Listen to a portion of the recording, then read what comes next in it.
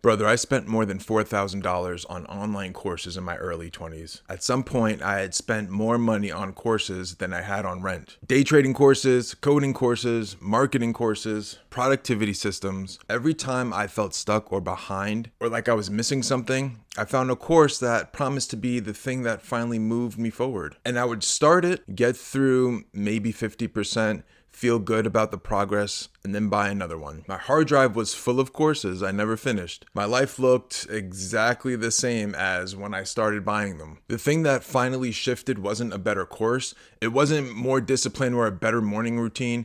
It was the moment I realized what I was actually doing every time I bought one, and once I saw it, I couldn't unsee it. Back in my early 20s, I wanted to become a day trader. I don't remember exactly where the idea came from.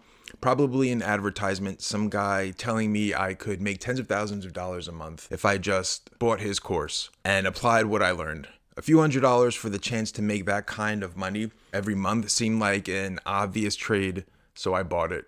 I went through the material carefully, took notes, studied the concepts, then I tried to implement what I learned and lost money.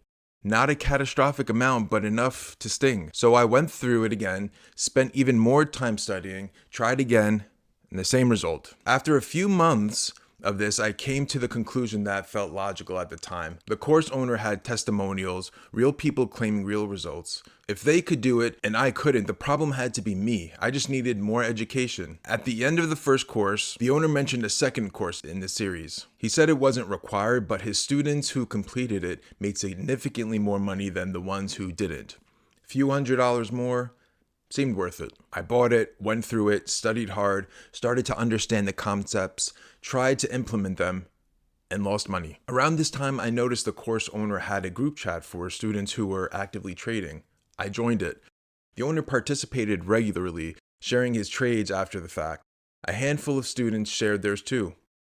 Results were mixed, some losing, some winning. The owner had an explanation ready for the ones who lost money. The students making money were the ones who had invested most heavily in their education. I'd been losing money for months. I was frustrated and convinced that the gap between me and the winning students was simply education, so I made a decision. I went all in. I purchased every course this person offered, and for the next 2 months, every single day after work, I came home, ate, shower, studied for 4 hours, went to sleep, and did it all again the next morning.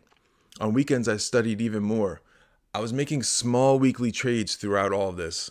The results never changed. Either I come close to breaking even or I lose. Every time. After everything, the money, the hours, the discipline, nothing moved. And the thought that kept surfacing was the same one that had been surfacing for months. Maybe I just need more education. But that's when I finally stopped. It had nothing to do with me proving day trading was a scam. Plenty of people figured that out before I did, and I wasn't one of them.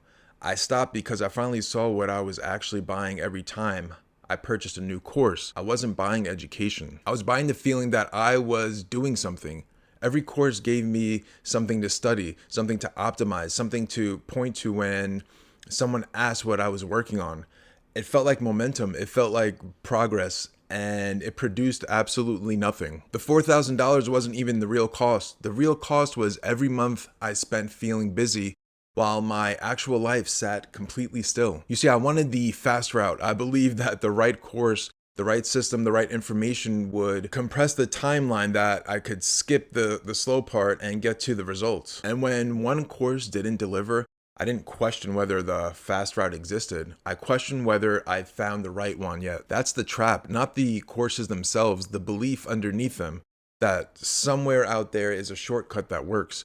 And the reason you haven't found it is because you haven't bought it yet. After I stopped, things moved very slowly. I moved out of my parents' house, got married, built a career that actually made sense for my life. None of it came quickly. There was no course for any of it, no system, no shortcut, no group chat where someone told me I just needed more education.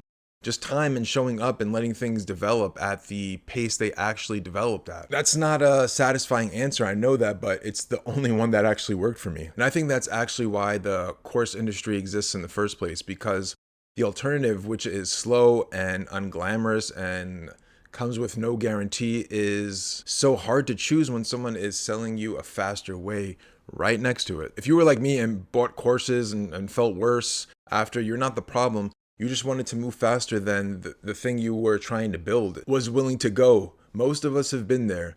The question isn't whether you wasted time or money. You probably did.